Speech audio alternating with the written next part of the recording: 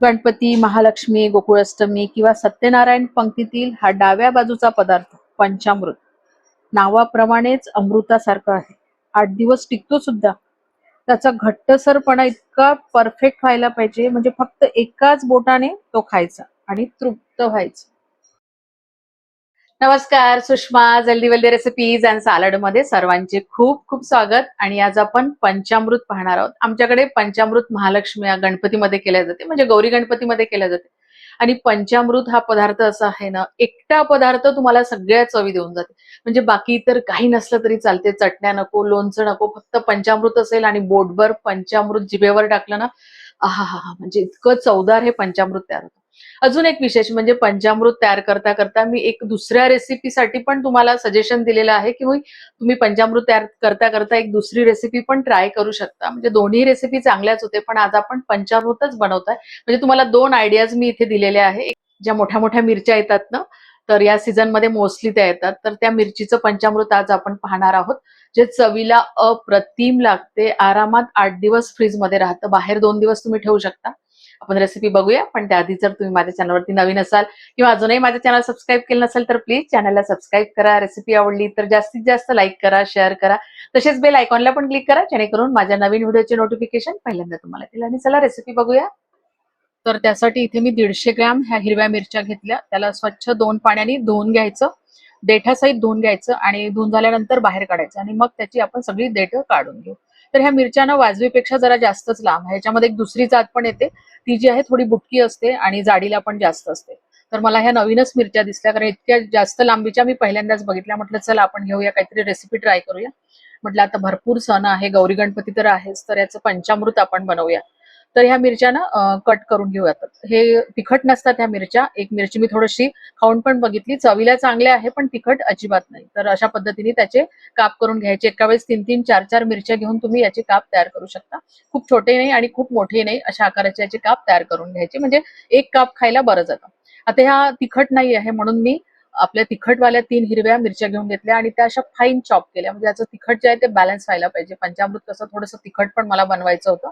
तर इथे आपली मिरची कापून झालेली आहे. त्यासाठी आपल्याला चिंचेचं पाणी लागणार आहे. तर त्यासाठी मी 1 वाटी पाणी चांगलं गरम करून घेतलेलं आणि त्याच्यामध्ये या आकाराचा हे चिंचेचा गोळा टाकून दिला. त्याच्यामध्ये चिंचोके काढून घेतले आहे. त्याच्यामधले वजनाने म्हणाल तर 20 ग्रॅम ही चिंच आहे. या कढईमध्ये मेजरिंग कपानी 1/4 कप शेंगदाणे घेतले. चमच्याने म्हणाल तर 3 टेबलस्पून शेंगदाणे आहे. तर शेंगदाण्याला पहिले आपण मीडियम टू लो फ्लेम वरती भाजून घेऊ, कारण शेंगदाणे भाजायला वेळ लागतो, म्हणून पहिल्यांदा शेंगदाणे भाजून घेऊ.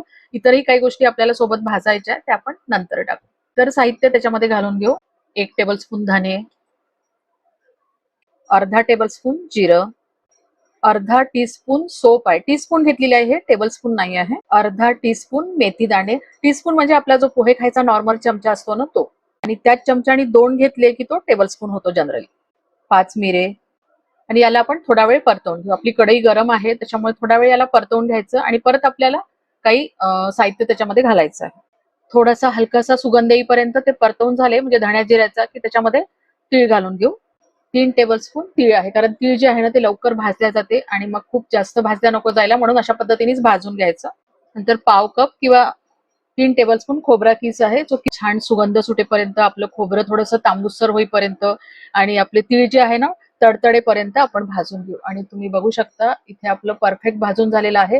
आजच्या पंचामृतामध्ये ना थोडेसे काही मसाले मी ऍड केलेले आहे. एरवी मिरे सोप वगैरे घालत नाही, पण म्हटलं जरा थोडं वेगळ्या पद्धतीने थोडंसं स्पायसी करूया. तर हे आपलं सगळं भाजून झालेलं आहे. याला पूर्णपणे थंड होऊ द्यायचं. भाजून घेतलेले जिन्नस थंडे झालेले आहेत, ते आपण मिक्सरच्या पॉटमध्ये घालून घेऊ. आता त्याच्यामध्ये अर्धा चमचा हळद, 1 चमचा काश्मीरी मिरचीचं पावडर, रंगासाठी आपण टाकतोय, छान रंग येतो पंचामृताला. अर्धा चमचाला पण कमी नॉर्मल मिरचीचं पावडर, कारण आपण हिरव्या मिरच्या आणि मिरे पण वापरले आहे, त्याच्यामुळे मिरचीचा वापर जे आहे ते तुमच्या चवीनुसार करा. 1 चमचा मीठ. आणि तुम्ही बघू शकता छान हे असं मस्त बारीक झालेलं आहे. पेस्ट व्हायला नको, असं पावडर व्हायला पाहिजे. याला मी खूप असं जाडसर वाटून नाही घेतलं, पण आपली भरड कशी असते ना चांगली, किंवा जाडसर रवा कसा असतो ना तशा पद्धतीने मी याला बारीक करून घेतलेलं. आणि काही 1-2 दाणे त्याच्यामध्ये राहतात तर काही हरकत नाही, पण एकदम खूप मोठे मोठे दाणे मला नको होते, म्हणून मी अशा पद्धतीने हे बारीक करून घेतलं. सगळं प्रिपरेशन तयार आहे. तर कढईमध्ये 2 टेबलस्पून तेल घालून घेतलं. 1 चमचा मोहरी, आणि मोहरीला तडतडू द्यायचं. पाव चमचा हिंग, 1 चमचा जिरे, जिऱ्यालाही चांगलं फुलू द्यायचं. 1 टेबलस्पून बारीक चिरून घेतलेल्या कोथिंबीरीच्या काड्या आहे त्या घालून घेऊ. आणि ह्या चिरून घेतलेल्या सगळ्या मिरच्या आता आपण त्याच्यामध्ये टाकून घेऊ. अर्धा मिनिट या मिरच्याला तेलामध्ये परतवून घ्यायचं. पाव चमचा त्याच्यामध्ये मीठ घालून घेऊ, म्हणजे मिरच्याला चांगली चव येईल. आणि मिरच्या बघू शकता तुम्ही हलक्याशा तेलामध्ये छान परतवल्या गेल्या आहे आणि असं त्याला एक शायनिंग आलेलं आहे. आता हा तयार करून घेतलेला संपूर्ण मसाला आपण या मिरच्यामध्ये टाकून घेऊ आणि याला व्यवस्थित मिक्स करून घेऊ. म्हणजे आपला मसाला जो आहे तो पण तेलामध्ये थोडासा परतवला जातो. आणि तुम्ही बघू शकता छान असा ओलसरपणा याला आलेला आहे बघा. तर मी म्हटलं ना की आज तुम्हाला 2 रेसिपी मिळणार आहे. तर इथे तुम्ही ह्या मिरच्या जर तुम्हाला पंचामृत करायचं नसेल ना, तर अशा पद्धतीने खाऊ शकता. म्हणजे पोळीसोबत, भाकरीसोबत खूप छान लागते. तर बघा इतकं छान पोट होतं हे आणि मिरच्याच्या आतमध्ये पण ते जाऊन बसतं, त्याच्यामुळे चवीला अप्रतिम लागते. पण मी तर आज पंचामृत करणार आहे, त्याच्यामुळे आपण आता ही प्रोसिजर पुढे नेऊया. तर चिंचेचा जो कोय होता ना, तो बघा बरोबर 1 वाटी झालेला. तर तो चिंचेचं जे पाणी आहे ते त्याच्यामध्ये टाकून घेऊ आणि थोडंसं मिसळून परत अर्धा वाटी पाणी घातलं. म्हणजे याच्यामध्ये फक्त 1.5 वाटी पाण्याचा आपण वापर केलेला आहे.